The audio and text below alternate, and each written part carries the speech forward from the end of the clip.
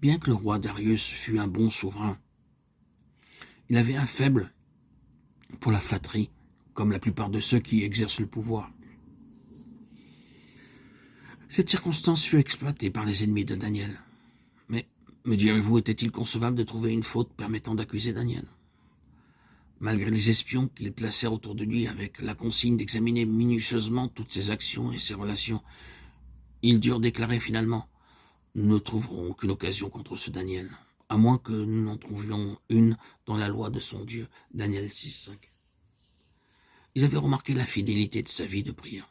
C'était un homme aux préoccupations nombreuses et importantes, absorbé par des activités multiples.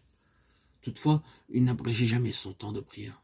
Lorsque le moment était arrivé, il délaissait tous ses dossiers et ne manquait jamais de rechercher la communion avec Dieu 3 fois par jour. Si vous voulez être vainqueur, soyez fidèle dans toutes vos tâches, chez vous et à l'extérieur.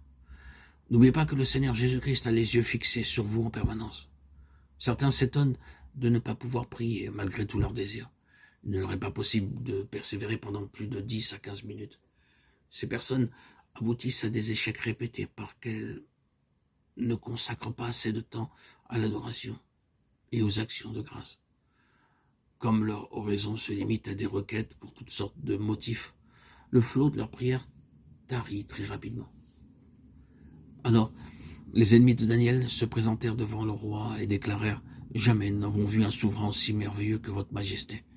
Oui, vraiment, il nous a semblé bon d'inviter toute la population à adresser ses prières à votre majesté, à l'exclusion de tout autre dieu pendant une durée de 30 jours.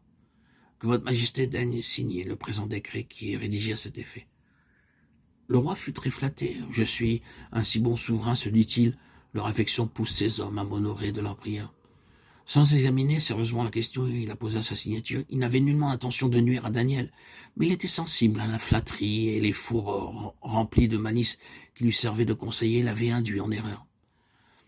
Ainsi en va-t-il de nos jours. Combien de dirigeants, aveuglés par la flatterie, signent des documents et rédigent des lois qui ne contribuent guère au bien-être de leur pays. Daniel aurait pu penser maintenant « Il ne faut plus que je prie ouvertement et donner l'ordre à ses serviteurs de fermer toutes les portes ainsi que les fenêtres. » Bien loin d'agir ainsi, bannissant toute crainte et toute récrimination, il ouvrit largement les fenêtres et s'agenouillant, il rendit grâce à Dieu, ainsi qu'il en avait l'habitude. Lorsque Daniel sut que le décret était écrit, il se retira dans sa maison, où les fenêtres de la chambre supérieure étaient ouvertes dans la direction de Jérusalem. Et 3 fois le jour, il se mettait à genoux, il priait, et il louait son Dieu comme il le faisait auparavant. Daniel 6,10. Admirons l'authenticité de cette foi.